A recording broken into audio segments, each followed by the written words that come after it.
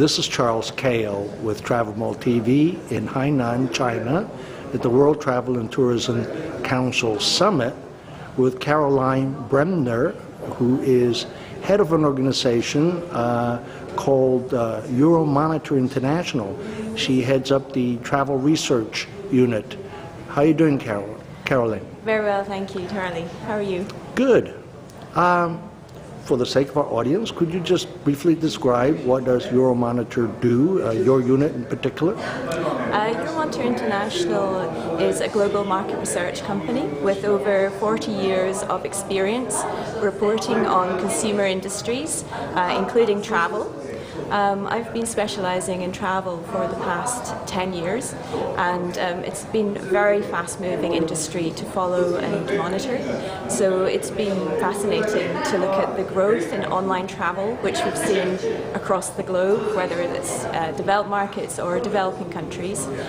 So recent developments include the rise of mobile. All our leading clients are very interested in this sector, and so the growth in mobile is a bit of a game changer now. There's been a lot of talk about it for a few years, but now we're really seeing it take effect. Travel companies are embracing the mobile channel and integrating it into their online web platforms. So this is a significant development. Other areas that we've seen, as I mentioned, the growth in online travel sales. So on a global level, it's gone from very small percentages now up to 25%. And over the next 5 years, we're going to see that rise to over 30% globally.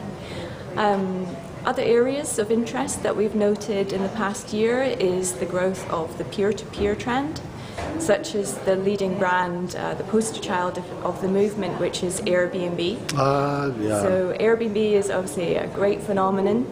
It's a disruptive model that has come into the accommodation market and has grown incredibly fast. So it launched in 2008. And already we've seen that they have 500,000 listings and have welcomed 9 million guests since that launch. Wow. So it is amazing to see some companies just grow pretty much from nothing.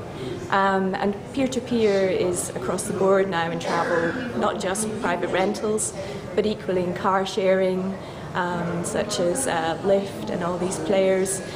We also have it in the tour and the in-destination activities with players such as Viable. So it's interesting to watch this space and to see it develop. And one thing that's important for the travel players is to recognise that the peer-to-peer model is successful with consumers. They like the fact that they can deal direct with an individual. They like the personal and the local service that they receive.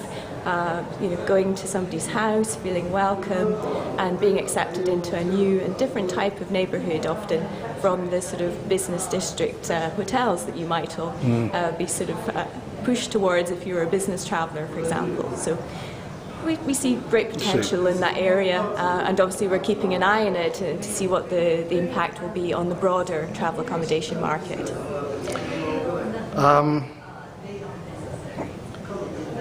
What have you learned through the research this past few years that, other than the social, other than the peer-to-peer that you talked about, that maybe relate to the sustainable tourism we hear a lot about at this conference, the opening, that's a subject. Is there anything that you touch on in your research that gives some insight on that? Well, we follow various travel segments and verticals, and one area that we've been looking at and monitoring over the past few years is the luxury channel. So what we've seen is luxury has truly embraced sustainability. The clients are demanding, they demand authenticity, but equally they want services that are sustainable and are good for the local communities, and that's an important element. Yeah, we've seen that the luxury travel brands, the hotels, the tour operators are really, they've embraced it, and it's part of their core sort of ethics. So when I think of sustainability, I automatically think of luxury. And I think what will be interesting now, and you can see that sustainability is very much at the heart of the travel industry, it's on the agenda, it's very important. And it will now be a case of taking lessons from operators that are already very active in this field, whether that's Wyndham with its sustainability program, or luxury travel operators, and taking that and applying it to mass tourism. And when you look at these, do your research, I'll stick with sustainability. How do you differentiate greenwashing from the real sustainability? So you've looked at some brands, we won't mention them here, and is there a way of I think what will be important in future is the sort of standardised reporting on sustainability, and that will enable the industry to avoid claims of greenwashing. And so when we see those, the reporting come into practice, for it to be included in the filings in the 10K reports or annual reports, and for it to be industry-wide, then that will be the day that the travel industry can say, right, this is the best way forward for us. Now, these reports are very in-depth. I mean, they take, I suppose, hundreds of man-hours and things to do, or? In terms of our global research program, we kick off a 9-week in-country research, and so that is truly global. We cover 210 markets worldwide. 57 of those markets are core markets, which means we do them in great depth. And so we have 9 weeks in the field, and then we have internal checking, validating, cross-referencing against global sources such as the UN WTO or WTTC, whoever is reporting on the travel industry.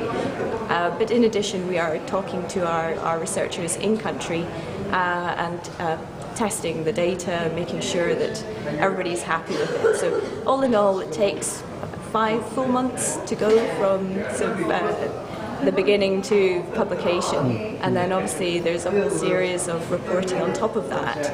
So not just building databases and producing millions of data points, it's also extracting and analysing the trends and ensuring that our analysis is as forward-looking and as opinionated as we could produce to ensure that our clients have the best information to hand to drive their strategies forward.